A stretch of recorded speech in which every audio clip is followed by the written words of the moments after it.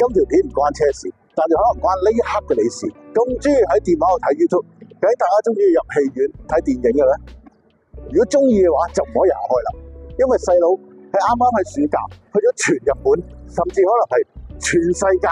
音效最強嘅影院度睇戲。今集就同大家分享下，適逢個人覺得2024年最有張力嘅電影《小丑雙峰》啱啱上畫，就算大家喺香港睇完之後，呢期會去日本，我都強烈建議你去呢間世界上唯一一間由日本殿堂級音樂家坂本龍一監修嘅109 Cinemas Premium 新宿，再睇多次。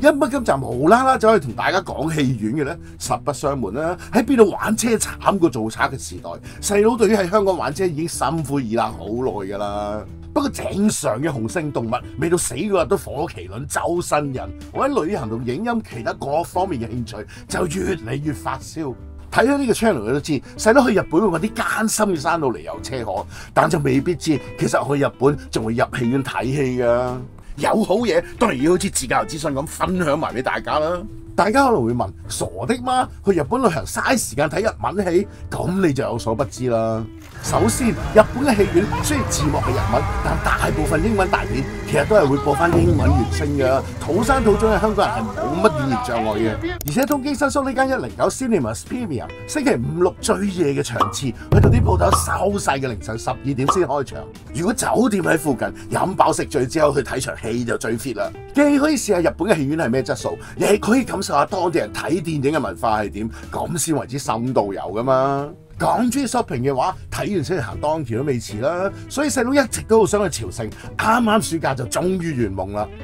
查實呢間109 Cinemas Premium 新宿都唔算係新嘢嚟㗎啦。舊年4月14號已經同呢座被譽為新宿最新地標嘅東急歌舞伎町 Tower 同步開幕。再夜有咩玩？細佬就唔班門弄斧啦，因為舊年已經有好多食買玩 KOL 爭住介紹。悲哀嘅係香港咁多日本通 KOL， 但竟然冇人介紹過入邊呢間109 Cinemas Premium， 日日派揾食嗰啲都唔睇戲嘅。你話香港啲 YouTube 片點會有養分啊？反而日本、台灣同西人 YouTuber 就大肆追捧，可想而知香港入戲院睇戲嘅文化有幾咁淪落。既然成年半都冇香港 YouTuber 識欣賞咯，咪由細佬呢啲老嘢入去睇場戲，話俾啲同好知係咪真係咁正咯？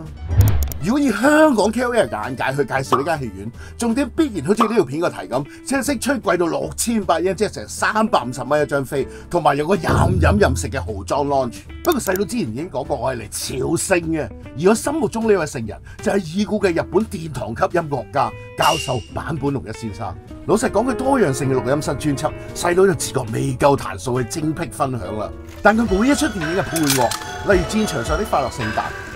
《鼠貓物語》、《末代皇帝溥儀》，以至近代少少嘅《復仇勇者》同上年嘅怪物，都震撼我心。如果由一個獲得奧斯卡、金球獎同格林美獎等等電影配樂最高殊榮嘅日本音樂家，喺翻日本主理一間戲院嘅音效會係點呢？呢間第一間亦係最後一間嘅109 Cinemas Premium 新宿就係唯一嘅答案。因為坂本龍一先生喺呢間戲院開幕前嘅半個月已經與世長辭，唔會再有第二間。而且你睇細佬喺 Marvel 近2年唯一一出大片《死侍與龍人》啱啱上畫2日後嘅週末就去睇，場面都冷清成咁，都唔知捱到幾耐，可能真係有今生冇來世㗎。香港又好，日本又好，支持下入戲院睇戲啦。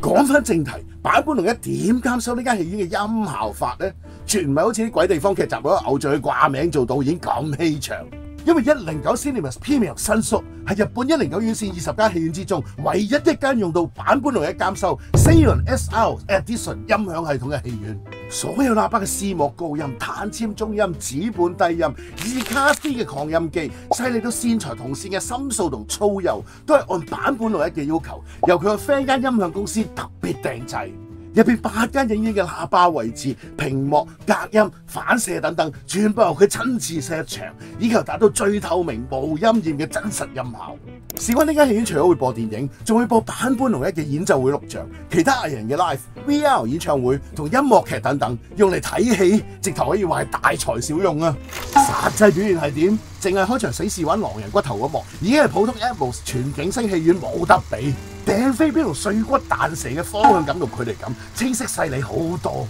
而且世事一輪嘴咁同狼人對話時，屏幕後邊中間出嘅人聲真係冇咗隔層沙嘅感覺，聲音密度亦高咗好多，分別就好似聽 MP3 同 DSD file 咁大，連 Hugh Jackman 咬牙切齒啲口水聲都聽得翻。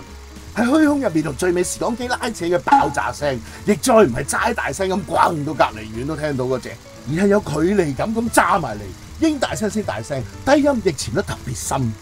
尾段喺《Lightyear》同100隻 Deadpool 對戰時，更加最顯功架。Madonna 把聲、音樂聲、槍聲、打鬥聲同狼人對斬插人嘅聲等等，都竟然可以冇黐埋一劈，全部都分開晒，每樣都清清楚楚。同普通戲院比，仲要由3條一跳咗上 Ariel Atom 分別咁大，直頭進入咗另一個世界。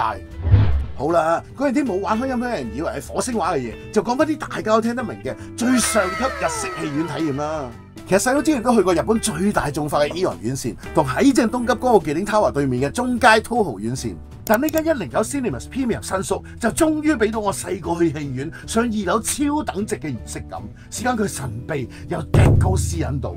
首先，佢所在嘅東急歌舞伎町 Tower 外邊，只係得細個招牌，但扶手電梯上到大堂都係得個路牌仔標示9樓同10樓係戲院。更神秘嘅係搭電梯上到去，你都係見唔到戲院大堂嘅，只係得黑麻麻幾埲牆、自動售票機同一個 counter， 冇去過絕對會懷疑自己去錯地方。事關戲院嘅大堂係隱藏於間隔之內，開場前1個鐘買咗飛 scan 完，先可以入去佢9樓同10樓每層4間影院各一間嘅雅裝 lounge， 杜絕咗啲走去逼爆人哋優美環境、搞亂檔又唔消費嘅蝗蟲。呢個亦都係109 Cinemas Premium 新宿最大賣點之一，人少少嘅 lounge 入邊別有洞天。由燈光、地氈、designer chair， 以至屏幕播放嘅日本藝術家畫作同裝置，都俾到人一份好似 gallery 咁嘅氣息。之後打卡嘅人，淨係喺度影相擺上網都值回票價啦。因為呢座嘢已經算係好高嘅建築物，就算喺10樓都以居高臨下飽覽新宿嘅景色。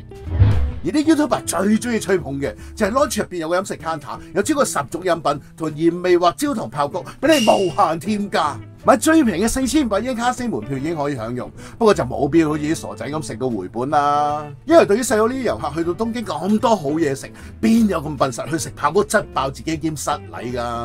二來其實香港有一城嘅 Grand Cinema、PP 同太古城嘅 Movie、I Square 嘅英皇戲院等等，迷你 VIP 貴賓院一早就有任飲任食，唔好去到日本先咁大鄉里啦。反而場內另設付費嘅 The Bar Counter 就有香港少見啲嘅威士忌、香檳、cocktail 同精緻得多嘅小食甜品等等，可以俾人入場前優雅地小酌一番。而且大部分只係賣1000嚟2000円，絕對平過去呢棟嘢樓上樓下嘅餐廳好多。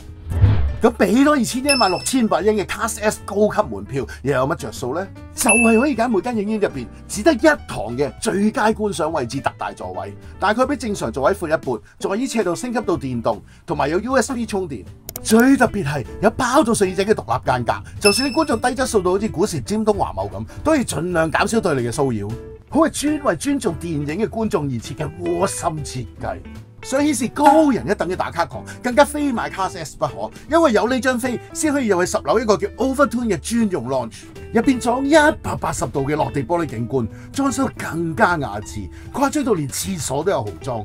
但其實設計原意係俾人睇完場好戲，飲翻杯免費 drinks， 收拾翻個心情，思考下部電影，或者討論下觀後感等等。所以打卡還打卡，咪失禮香港人啦。其實卡西張凳已經闊到好似香港呢得10零20個位嘅 VIP 影院咁，係爭在冇腳墊啫。溝女就話冇得慳，要買卡西 S 啫。細佬就覺得冇必要啦。如果買4500円嘅卡西飛，計翻港紙都係250蚊一張飛，其實都係同香港啲喺房仔入邊嘅迷你 VIP 貴賓院差唔多。但呢度嘅影院有成100幾十個位就大得多，再加上無可匹敵嘅音效同整體配套嘅 cast， 個人就覺得絕對超值啦。反而買飛時唯一令我最糾結嘅係8個影院之中嘅6號院加700円就會有 ScreenX 嘅270度環繞式3屏幕體驗。但細佬睇過啲官方片，只係將畫面兩邊拉到變晒形去做出包圍效果。恕我呢啲老嘢唔懂享受啦，始終都係覺得傳統正面熒幕原汁原味啲。而且細佬由細到大都中意睇闊身嘅大戲院，可以俾個 tips 大家，109 Cinemas Premium 新宿嘅3號同7號院係特別大同闊嘅，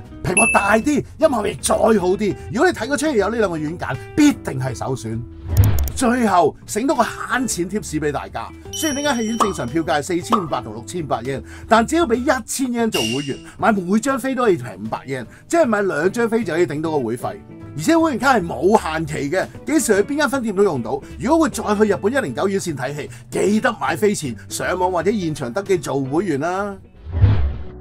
老實講，入戲院睇戲呢件事，從來唔只係睇出戲咁簡單，而係留有好多無可取代嘅回憶。好似你第一次入戲院睇戲嘅興奮，第一次同兄弟去睇3級片嘅戰戰兢兢，第一次約女仔去睇戲嘅甜蜜，呢啲都唔係可以喺屋企睇戲或者電話睇戲可以取代嘅。如果你仍然係匿埋喺電話入邊睇戲，或者喺屋企睇低質素嘅影片，你嘅生命 really miss something。